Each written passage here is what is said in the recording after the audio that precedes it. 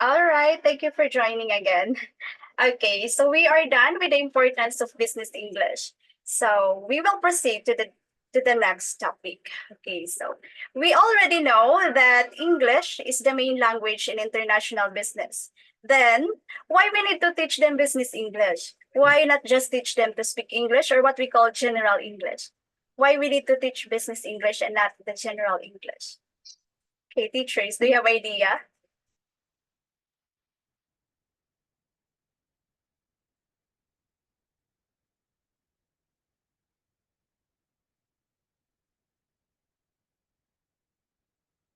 We know that English is the main language in international business. So why not just teach them English, general English, not business English? Why do we need to teach business English? Anyone who has an idea?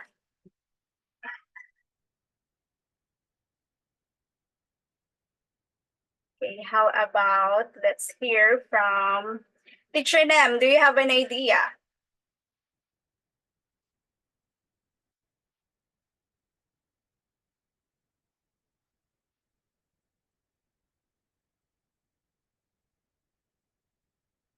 Why not just teach them English or general English?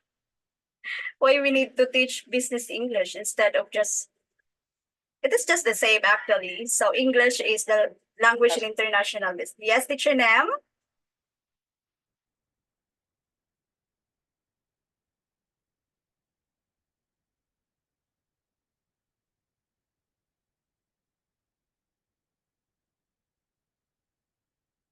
Okay, who has an idea? Why we should teach business English instead of just teaching them the general English? Why not?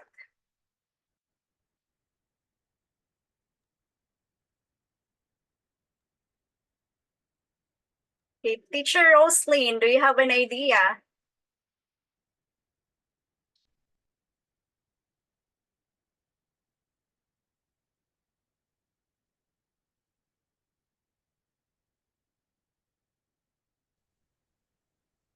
Okay, who wants to share your idea?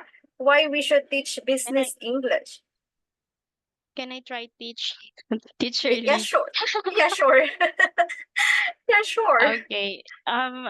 Because I think like there is certain term when it comes to business Mm. English, and general English is covers broad range of topics. So uh business English, like what you said earlier, it has like vocabulary that professionals need for their careers. Yeah, Yes, that's all, that's true. teacher. Thank you.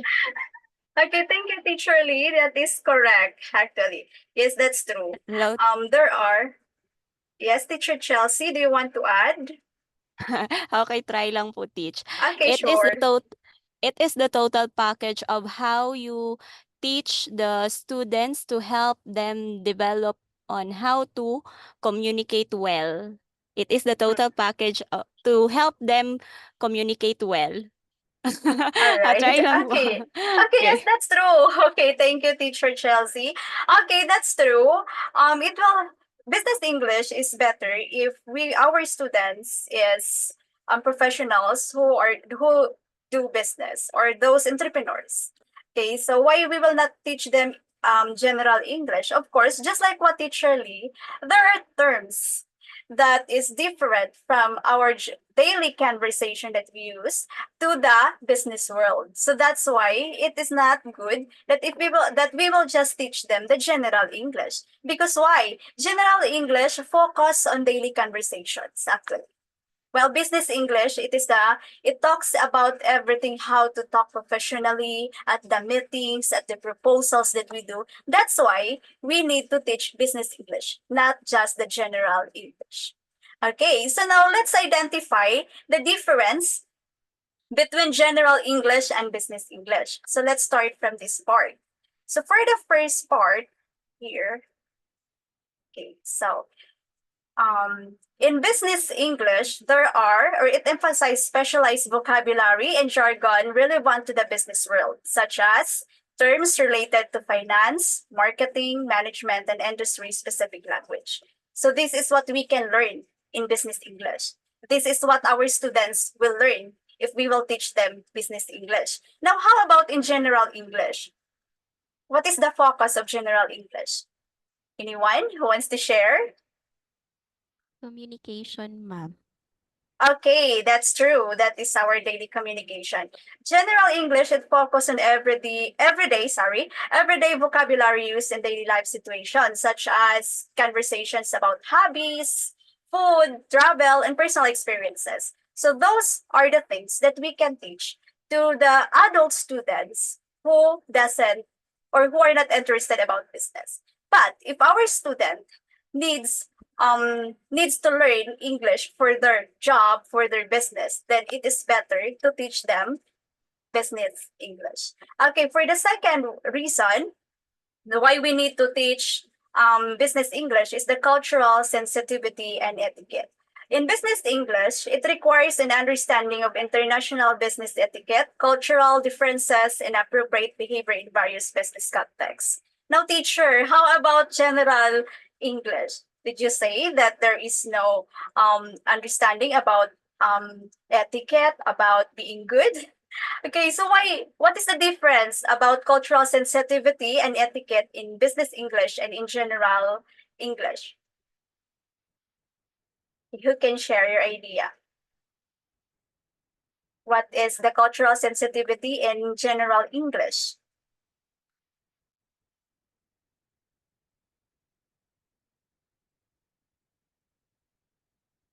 Okay.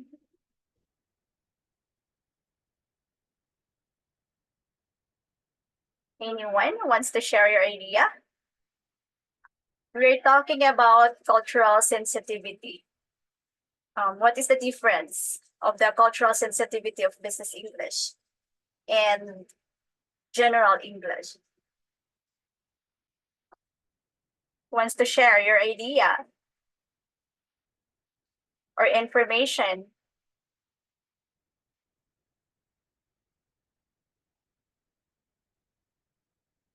Okay. Teacher Chelsea, do you have an idea? What can we learn about cultural sensitivity in general English, since that is that is the common English that we teach? So what cultural sensitivity that we can learn in general English?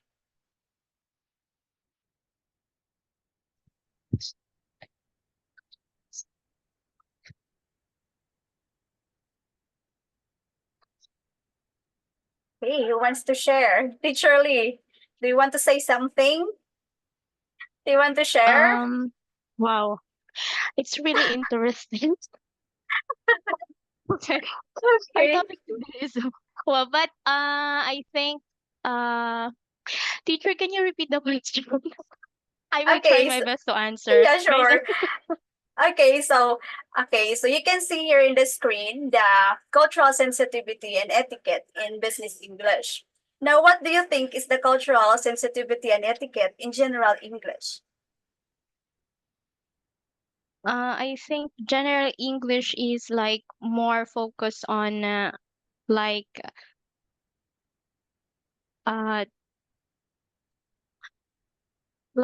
uh on how we deliver our self, right? More on communication or tone Mhm. and less focus on like professional context, something like that. Exactly. Okay, that's true.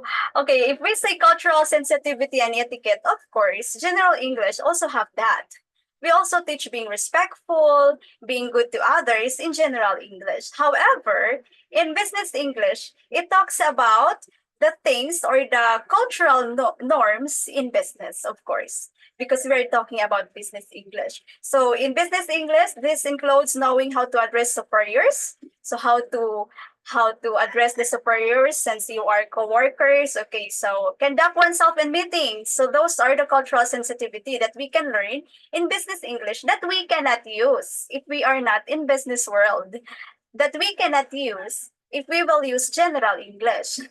Okay, so that's the second reason why we need to teach business English to our students who want to enhance their business English skills. Okay, because there are differences in general English and business English. Now, the third reason is this one, communication context. In business English, the communication context utilized in professional and formal settings. Now, how about general English? What do you think is the communication context in general English?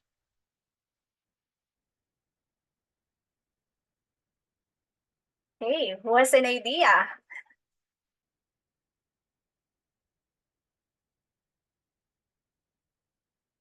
What is the communication context in general English? Because we often use general English in teaching. So what is the communication context? In business English, it utilized in professional and formal settings. How about in general English? Anyone who wants to share?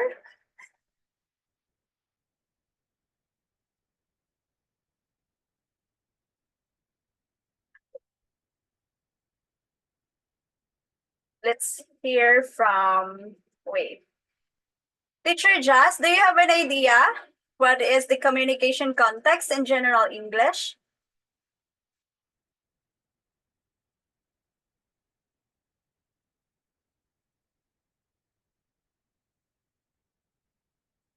How about teacher?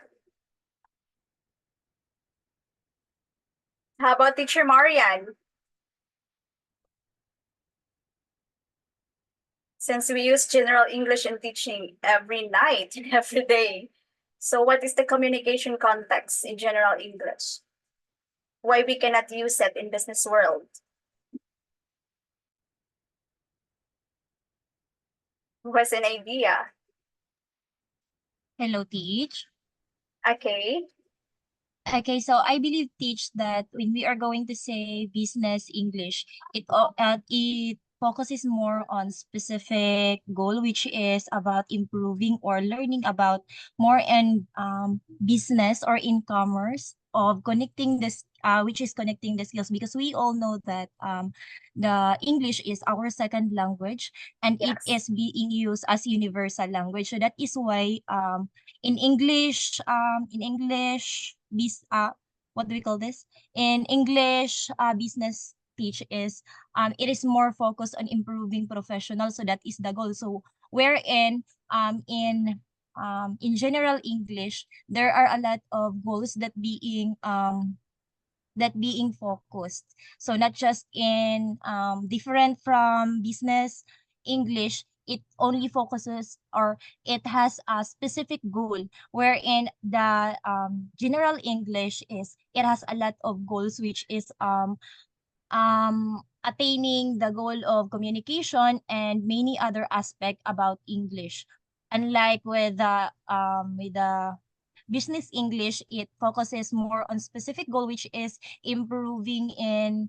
That is why they are clients enrolling in business English, because they are tend to know more about business, which is I believe that it will help them to improve their in communication. That is all, Alright. teacher. Okay, thank you, Teacher Marian, and you get it perfect. Okay, you're correct. Okay, so if we see the communication context in business English, it utilized in professional and formal settings.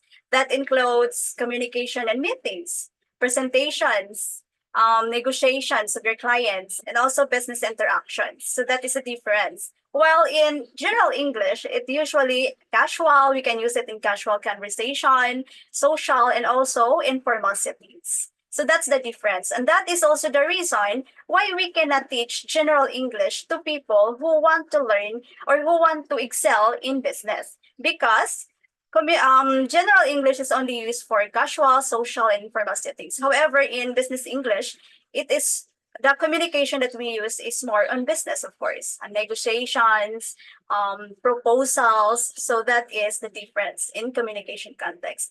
That is also the same with writing styles. In writing styles, in general English, it only includes our personal letters, social media posts, so that is general English, diary entries, and informal emails. However, in business English, we will focus on writing professional documents. Just like what I said, I'm writing your proposals, business proposals. So that is very important for our students who wants to excel in business, that they will learn those things. Okay, so that is why we need to teach business English. Now let's proceed to the speaking skills. In business English, it emphasis placed on clarity, professionalism, and the ability to persuade or inform effectively. Now, how about speaking general English? What is the speaking skills that we can get in learning general English?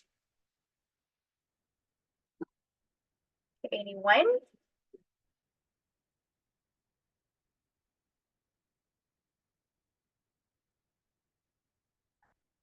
Okay, teacher Nems, I you believe can. I Yes? believe teach we can learn informal, both formal and informal language or knowledge about general English po. Thank you. Mm-mm. Okay, that's true. Okay, in general English, it involves casual conversations, storytelling, and everyday interactions. So that's why if our student only want to enhance their English speaking skills, then we can use general English. But if our student want to enhance their speaking skills in business, then we should teach them the business English because it centers on professionalism or professional speaking skills, like delivering presentations, participating in meetings, conducting negotiations, and also even in telephone conversation. So we know that in business world, we should be professional in everything that we do because that would impact to us as entrepreneur. So these are the reasons why we need to teach business English to people who wants to enhance their speaking skills in terms of business. So we need to teach them business English, not general English. Okay, so now let's proceed to this part, the most important. Okay, the methods in teaching adults. Okay, so we will not just focus on business entrepreneurs, but also all adult students that can speak English already. So here are the methods. Number one is needs analysis. So we need to identify the specific needs and goals of the learners. Teachers, why we need to do this? To be able or to become effective in teaching adults, we need to needs analysis. We need to know their needs and goals. Why we need to know to do that? Who wants to share? Why not just teach them? Why we need to know the specific needs and goals of the learners? Who wants to share your idea? Hello. Okay. Okay. Tapos na klase ko. Okay. So, my last student was an adult. So, you have to make to exert effort in teaching them, not just by delivering the content of your lesson, but also having an advanced or deep knowledge about this, because sometimes the students might already know about your topic. They are just looking for something that makes their knowledge deepen. Okay, so that they can contribute or add their knowledge. So having an adult, it's kind of having the essence of analyzation and clarity, and also giving them the quality of learning that they deserve, since it is not just the basic way of teaching. Because for example, by giving them a reading context or an article, they can read about it, they can read it. It's just that the explanation, the really important here is the explanation and the fact that they can get, that they can add to their knowledge. So that's it po. All right, so that is exactly the reason why we need to know the specific needs and goals of the learners. Because, yeah, just like what she said, it is true that sometimes our students already know that. Then let us dig deeper. Let us know what they really need because they're already good at this. So we need to know their specific needs and goals of the learners. And if we will know that, if we will be able to know that, we will become effective in teaching, even adults. Okay, but how can we identify the specific needs and goals of the learners? So what should we do so that we can specify the specific needs and goals of the learners? Through thorough assessment. Sure. Yes, that's true.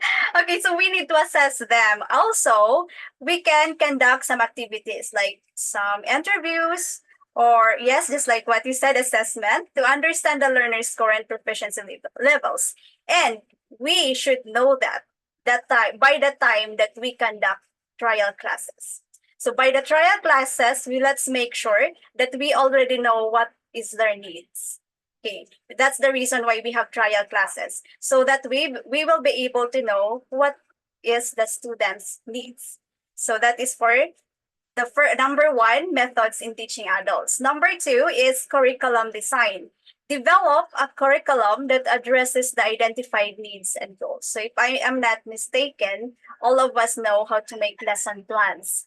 So how can we make, or how can we develop, or what curriculum we should possess to address the identified needs and goals? How can we do that? Curriculum design.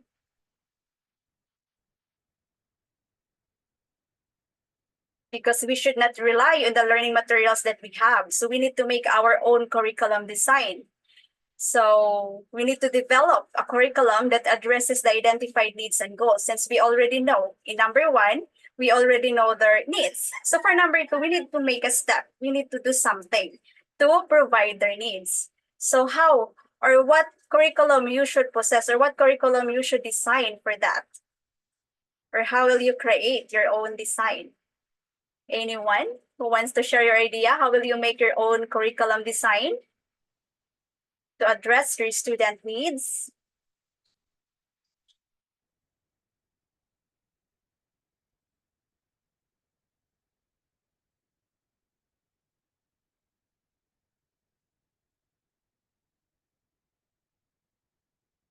Okay, who wants to share your idea? Teacher Charlene, would you like to share? How would you make or Yeah, create your own curriculum. design? Okay, ano ba? Okay, so curriculum designing.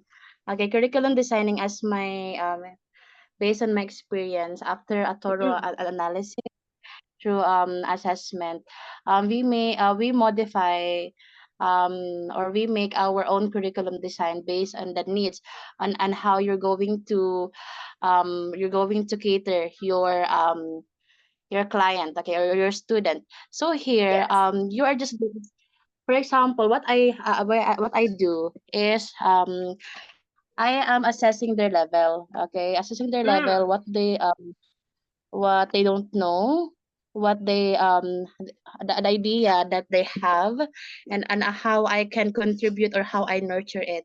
So the first one is giving them in making a curriculum design. It based on the what they need, okay, and then you're going now to add the content or the subject matter that you're going to teach them based on the level, because for example, we have the spiral progression of content. When we say the spiral progression, this content can also be taught to the other level. It's just a spiral progression, you are going to start from the basis, just like a tornado. Do you imagine that, teach?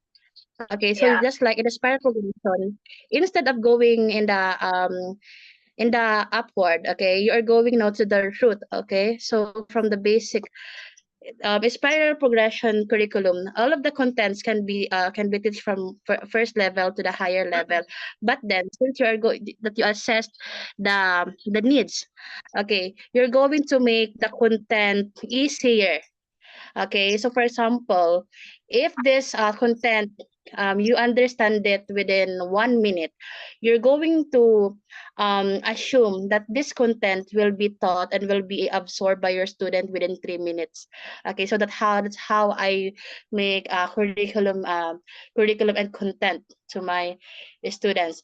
And next, after that, the evaluation, after the giving the objectives, the content is the evaluation to know the outcome, if the goal has already been achieved. Because if not, it means the assessment, um your assessment, there's something wrong with the assessment, so it means you have to do a thorough assessment again. Yes, to Okay, so that's it reteach. for. Okay, thank you for that information. That is really true. And in addition, to create a curriculum design, especially in teaching adults, we should include relevant topics. Okay, so we should find the key language skills like reading, writing, listening, and speaking. So we should find a specific topic or a relevant topic for our student, because from number one, we already know what is their needs. So we should prepare. Our curriculum design must fit on what they need. So we will include relevant topics. And so ensure that the curriculum that you make is flexible enough to adapt to different learning paces and styles. So just like what you said, if they were not able to absorb it right away, so we should do it again. So we should assess them again and again. So that is the curriculum design. Thank you for that, teacher. Now let's proceed to number 3, contextualized learning. So teach language skills in the context of real life scenarios. Okay, why do we need to do this in teaching adults? Why do you think it is needed? Okay, anyone who wants to share your idea?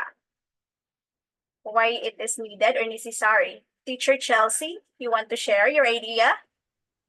So that students can relate the topic or can share their ideas about their experiences.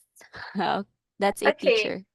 that's true. The more that they can relate to the topic, it will be easier for the more they can remember those things. So whatever you teach, if they can relate that, they will not forget because they can use it in their daily life. So that's why in teaching adults, we should make sure that we will teach our contextualized learning is based on in their real life scenarios, their experience. So that is the reason why we need to know them better first, so that our lessons or the topics that we will discuss is relatable to them. They can relate. So that is relevant. Now let's go to number 4. That is focus on communication skills. Okay, actually this is not just applicable to adults, but also to the young learners. So why we need to focus on communication skills? Like enhancing their ability to communicate effectively in daily conversation settings. Why we need to do that? Hello po, ma'am. Yes. Yes po. Okay. Good afternoon po. For me po, it's important to focus more on communication skills. It's because it's crucial because it can build a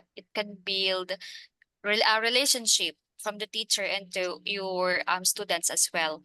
And then also if for you to para po sorry, para po mas effective kung ano yung goal doon sa student. For example, for communication skills para mas ma-enhance po yung communication skills ni student po. Thank you. Okay, thank you, Teacher Rose.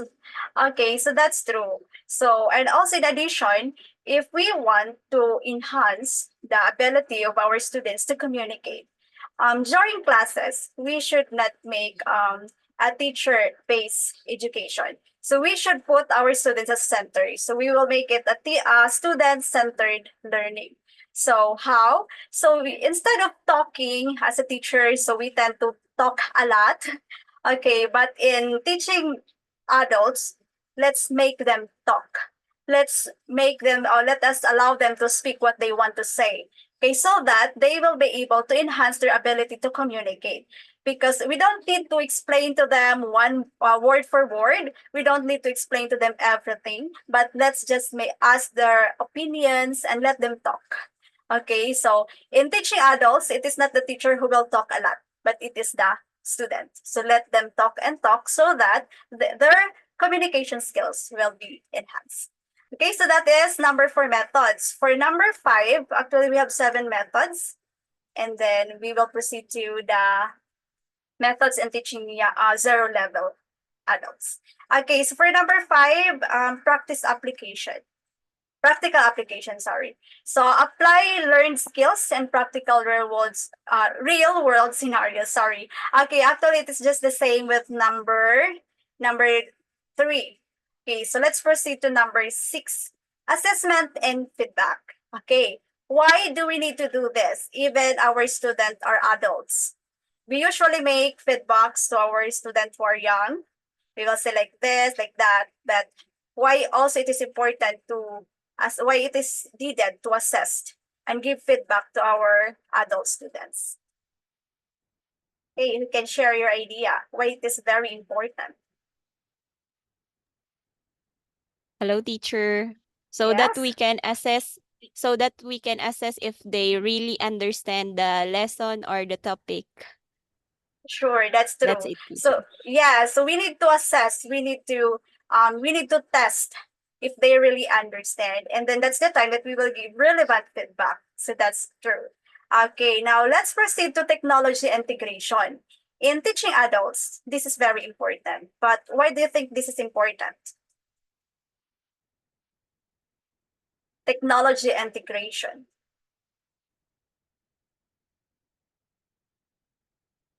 Actually, it is also important not only for the adults, but also for the young learners, the technology integration. Now, why it is important to integrate technology to our teaching? Anyone who wants to share your ideas?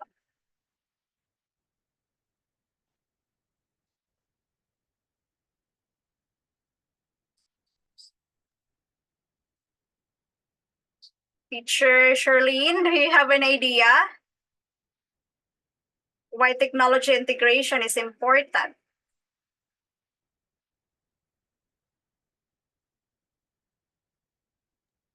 Teacher, try lang po. Yeah, sure. So that the learning can be interactive and engaging. Mm-mm.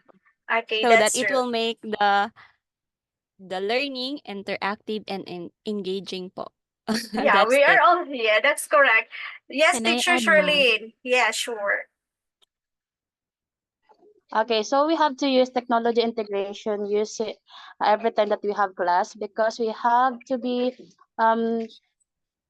we have to be in the flow of using technologies during wait po. Okay, sure. Ah, sige, ingayan pa nito. Wait lang po. Okay. Wait lang. Okay, no worries. Okay, It's all hello, right. hello. Okay. Naka-record pa naman.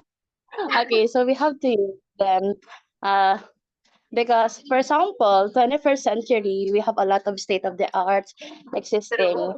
And um, hello, can you hear me, ma'am? Yes. Okay, so just like I've mentioned that for example, we are now in the 21st century, Mm-mm. and then since a lot of state-of-the-art are existing, and students are they are now exploring about the existence, and we are now already bombarded with all of the programs and how it became developed. Okay, so it means since we are now in the modern century, in the modern time, we have to be in it, we have to have this attitude of being technology or digital native. That's why. So because they are not used to the way that we study before, just like reading and Mm-mm. writing. Traditional There are one. also interaction, yeah. There's also the interaction of technologies, just like teacher Rai, right, a while ago. There's it catches their Mm. attention. It makes them attentive because it is Yes. how technology works in their um in their time. So we since we are using the traditional one, we teachers, we have to be very flexible for us to give a very quality learning, because that's what they deserve. That's all. Okay, then thank you for that information, and that is true. We are now in a modern world, and everything uses technology. So even the old people, the old students, they know how to use technology. So let's use it. Let's integrate. Let's not just focus on our learning materials. So we can suggest them videos. So we can ask them to watch this video, and then you will ask their ideas about it. So that's one way in teaching adults. So we should not focus, or we should not just rely on our learning materials. So we should integrate technology. So thank you for that. For our next topic, we will discuss the methods in teaching adults, but in zero level. Okay, but let's end first because I'm running out of time, and I hope you are still join. You will still join in our next step. All right.